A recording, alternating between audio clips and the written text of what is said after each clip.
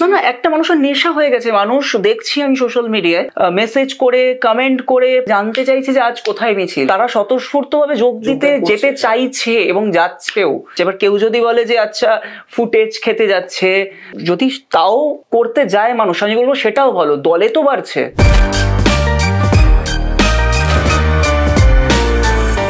Welcome to fever 104 FM। আমি দেবজিৎ রয়েছি তোমার সাথে। তুমি দেখছো পডকাস্ট উইথ দেবজিৎ। প্রায় 5-6 বছর আগে ফেসবুকে একটা কাপলেট খুব ঘুরে বেড়াতো, এখনো ঘুরে বেড়ায়। সেটা হচ্ছে, ছিল প্রেম হোক, ভেঙে যাক মোহ, তুমি সাজো ব্যারিকেড, আমি বিদ্রোহ। সেই লেখা এবং আরো রিসেন্টলি ভালোবাসার মৌসুম, ডুবে আছি, এরকম আরো অনেক গান লিখেছেন। ওয়েলকাম বারিশ। বারিশ, কেমন লাগছে তোমার এখানে এসে, প্রথমে জানাও। আমার প্রথম গান শোনার শুরু হচ্ছে রেডিওর মাধ্যমে। তো আজ রেডিওর একটি প্ল্যাটফর্মে আসতে পেরে অবশ্যই খুব ভালো লাগছে এবং এটা একটা স্পেশাল অভিজ্ঞতা আমার কাছে, যে একটা বৃত্তপূর্ণ হচ্ছে গানের জন্যই একটি রেডিওর প্ল্যাটফর্মে এসে এই পডকাস্টে যোগ দেয়। নামটা কোত্থেকে, তোমার ভাবনাতে এরকম? 2015 সালে আমি প্রথম ফেসবুকে আসি। তো সে সময় দেখতাম প্রচুর মানুষ বিভিন্ন রকমের নাম ইউজ করতো ফেসবুকে। সব নামই যে তাদের হয়তো অফিসিয়াল নেম এরকম না, সেরকম যেমন অ্যাঞ্জেল প্রিয়াও থাকতো, তেমনি হয়তো কাব্যসাগরে হিমু এরকম প্রোফাইলও থাকতো। তো তখন মনে হলো আচ্ছা, তো ইন্টারেস্টিং কিছু একটা নাম দিয়ে ফেসবুক প্রোফাইলটা খোলা যেতে পারে। তো সেই থেকে আর কি আমার ফেসবুক প্রোফাইলটার নাম দিয়েছিলাম সুব্রত বারিশ বলে। তো তারপরে পত্রপত্রিকায় লেখা, লিটল ম্যাগে লেখা পেরিয়ে গান লেখার যখন শুরু হয়, তো ওই বারিশওয়ালা নামটা তো প্রচুর বড় হয়ে যাচ্ছিল, তো ওটাকে ভেঙে বারিশ করে নেওয়া। ছোট থেকে তুমি গান লিখতে চাইতে না কবিতা লিখতে চাইতে বা এমনি লিখতে চাইতে? ছোট থেকে পড়ার প্রতি খুব ন্যাক ছিল। গল্পের বই পড়তে প্রচুর ভালো লাগতো এবং ওই স্কুলে বসেই টিফিন পিরিয়ডে গান বাজনা হতো। সে গান মানে আর কি, কেউ টিফিন ক্যারিয়ার বাজাচ্ছে, কেউ বেঞ্চ বাজাচ্ছে, কেউ পেন্সিল বক্স বাজাচ্ছে, কেউ গাইছে। তো এবার আমি এর মধ্যে কোনোটাই পারি না। আমি কি করতাম, ওই বিভিন্ন গান, সে সময়ে যেসব গান হিট হচ্ছে আর কি, সেই গানগুলোর আমি প্যারডি বানাতাম।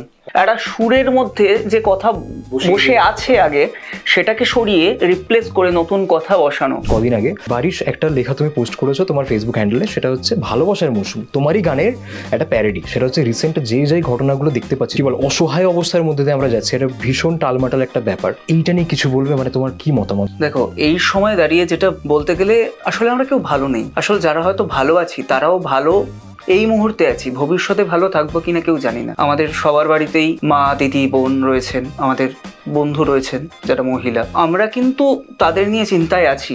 তাদের জন্যই আর কি লিখেছিলাম লেখাটি, আলো আশারি মরশুম বলে। তো আমার মনে হলো যে আচ্ছা, এই গানটা তো আগেই মানুষের কাছে নিজের একটা অ্যাকসেপ্টেন্স তৈরি করতে পেরেছে, তাহলে এই গানটার মাধ্যমে আমি প্রতিবাদ কেন করবো না? না না, একটা মানুষের নেশা হয়ে গেছে। মানুষ দেখছি আমি সোশ্যাল মিডিয়ায় মেসেজ করে, কমেন্ট করে, পোস্ট করে জানতে চাইছে যে আজ কোথায় মিছিল।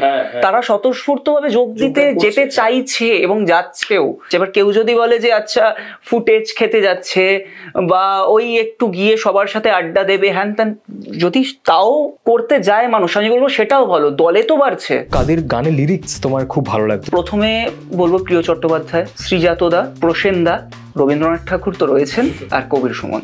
এবং যদি হিন্দিতে বলি তো গুলজার সাহেব, জাভেদ আখতার সাহেব, এবং বর্তমানে অমিতাভ ভট্টাচার্য। মানে এদের দ্বারা আমি প্রচুর ইন্সপায়ার্ড হই। তোমাকে কেউ কি এসে বলেছে কোনোদিন যে একটা শ্রীজাতের মতো একটা গান লিখে দিতে হবে, এইটা আমি চাইছি? তো আমি যাদের সঙ্গে কাজ করেছি তারা কিন্তু কখনো এরকম আবদার করেননি। কিন্তু কিছু কিছু জায়গাতে চেঞ্জটা দরকার। যেমন ভালোবাসার মরশুমে তুমি বলেছো যে ওই একটা পার্ট সৃজিত মুখার্জি অ্যাড করেছে, ওই ফুটবে ঠিক মন মাফিক মন বলা।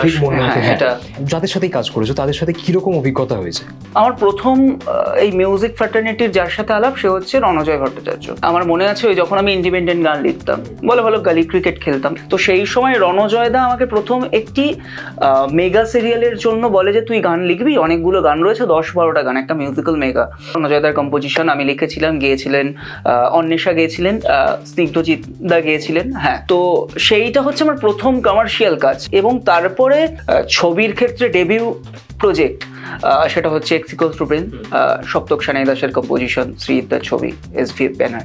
ম্যাজিকের মতো হয়েছে, একটা মিরাকেল হয়েছে। মানে এই গল্পটাই ইন্টারেস্টিং। সেটা হচ্ছে, আমার মনে আছে আমি একদিন সকালবেলা পেপার খুলে দেখছি যে শ্রীজিৎ মুখার্জি নতুন ছবি করছেন, এক্সিকোস্ট্রুপেন।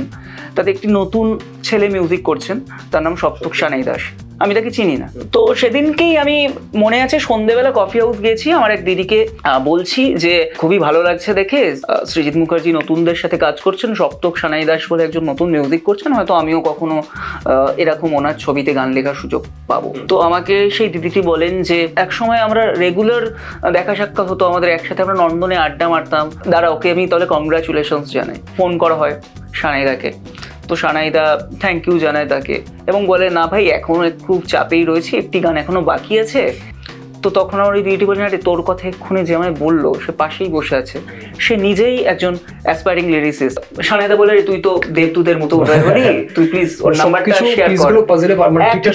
একদম এটা যে জাস্ট মিরাকেল ছাড়া কি বলবো।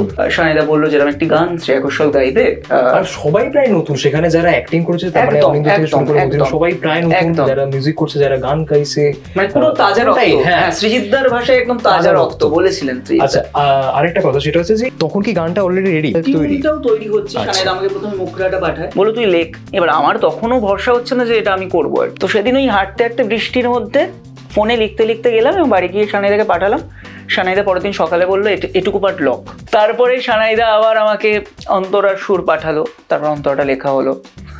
সানাইদা বললো যে তোর সাথে তো আমার সামনাসামনি বসা হয়নি, তো আজকে আমার বাড়ি চলে আয়, যদি সামনাসামনি বসে আরো কিছু বেরোয়। তো তার মধ্যেই আমি সানাইদার বাড়ি যখন পৌঁছলাম, সানাইদা বললো যে সৃজিতদা বলেছে গান লক, একটু চেঞ্জেস আছে, সেটা সৃজিতদা করে দিয়েছে। প্রথমে তো জানতামই যে শ্রেয়া ঘোষাল গাইছেন, তো সেটা তো আগেই আমি সেই ধাক্কাটা ধাতস্থ হয়ে গিয়েছি। এবার আমি সেদিনকে যেদিন প্রথম সানাইদার বাড়ি গেলাম, সেদিনকে সানাইদার বাড়ির ছাদে দাঁড়িয়ে দাঁড়িয়ে বলছিলাম যে আমার একটা স্বপ্ন তুমি পূরণ করে দিলে, দেখি আরেকটা স্বপ্ন কবে পূরণ হয়, সেটা হচ্ছে অরিজিৎ দা কোনো গান গাইবে এখন। তো আমার মনে আছে একদিন আমি মেট্রো করে কোথাও একটা যাচ্ছিলাম এবং আমার অভ্যাস আছে আমি মেট্রোতে সিট ফাঁকা থাকলেও বসি না, ওই দরজার দিকটা হেলান দিয়ে দাঁড়াই। তো আমাকে হঠাৎ সানাইদা মেসেজ করলো যে ওই গানটার একটা মেল ভার্সন হচ্ছে। কে গাইছে ওটা, তুমি? বলছে না অরিজিৎ সিং। আমরা ধুর হতেই পারে না, এটা শ্রেয়াদি গেছেন আবার আরেকটা ভার্সন বানাচ্ছে, অরিজিৎ দা গাইছে, সেটা আবার এটা হতেই পারে না। আমাকে সানাইদা বলে সত্যি রে অরিজিৎ দা গাইছে।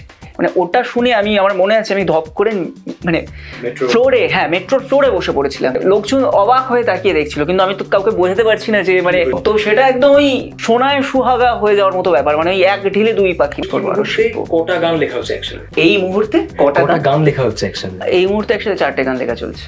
পাভেলদার একটি ছবি আসছে পরাণ যাহা চায় বলে, ক্যামেলিয়া ফিল্মস থেকে, সেই ছবিটির কাজ চলছে। সৃজিতদার সঙ্গে দ্বিতীয় কাজ আসছে, রণজয়দার সাথে হয়তো 1,74,তম কাজ এটা, টেক্কা, এবং সেটাও একটা স্বপ্ন পূরণের মতো, কারণ দেবদার সঙ্গে প্রথম কাজ।